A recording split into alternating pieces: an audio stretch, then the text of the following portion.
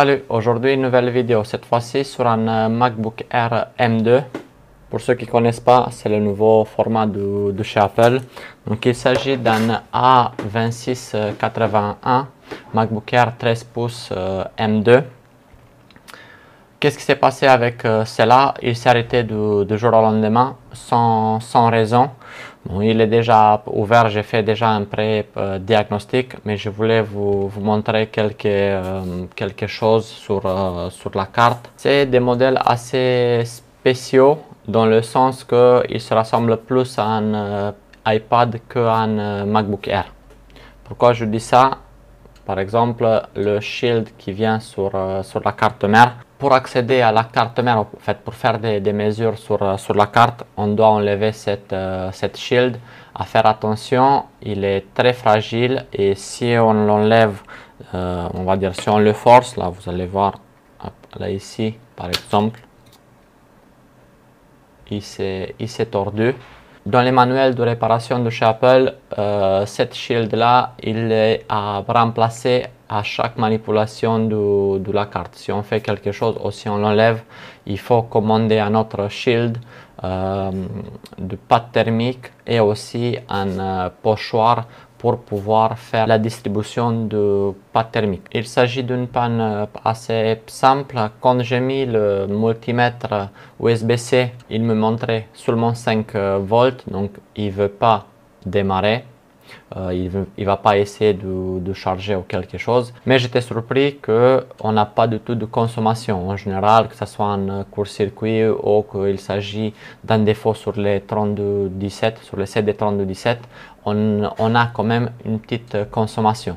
Sur celui-ci, on a zéro consommation. Donc si on met le multimètre USB-C, on verra qu'il démarre, il reste à 5 volts, mais aucun courant qui est tiré. Première chose que je vérifie sur cette modèle, ce sera le PP-Bus AON. On fait cette mesure sur cet condensateur et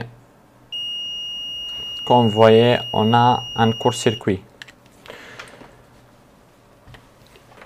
Qui dit court-circuit dit réparation simple. Après, maintenant, il faudra trouver où se trouve cette composant qui est HS. Qu'est-ce qu'on va faire? Même s'il s'agit de la ligne principale d'alimentation sur cette modèle, on ne va pas injecter 8 volts ou 12 volts, combien en fait le maximum de cette ligne, parce qu'on ne sait pas où se trouve cette court-circuit. Donc on va commencer et je vais injecter 1,2 volts à 2 ampères pour voir si on a quelque chose qui chauffe sur la caméra thermique. Donc, comme d'habitude, la sonde noire sur la masse, la sonde rouge sur un des points de la ligne et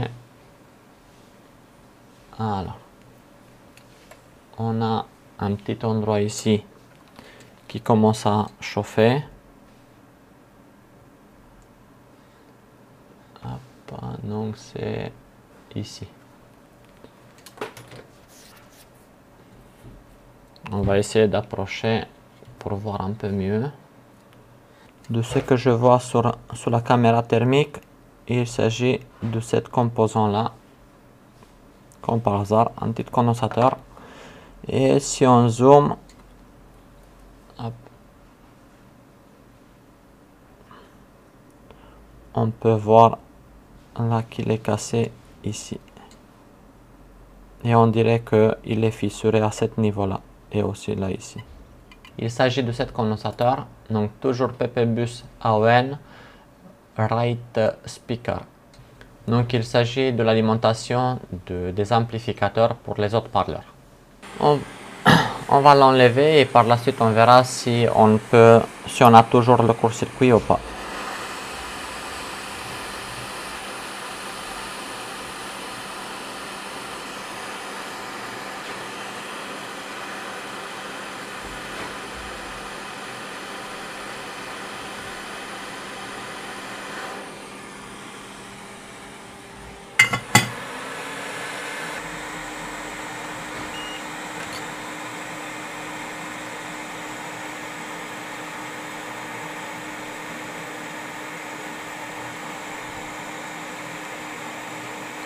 Le court-circuit a disparu, on verra par la suite s'il y a eu un impact sur le système de son. mais je ne crois pas que ça a un impact. Simplement, ça a lâché et par la suite, la machine, elle s'est mise en défaut. Je vais récupérer un autre condensateur depuis une carte donneuse. Je vais remplacer celui-ci et par la suite, on va remonter la machine pour voir si elle démarre. Moment de la vérité.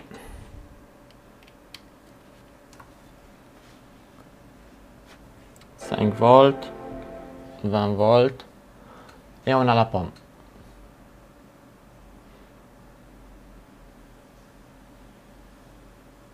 À prendre en compte sur ce modèle, tant qu'on n'a pas réparé la carte mère, on ne peut pas récupérer les données.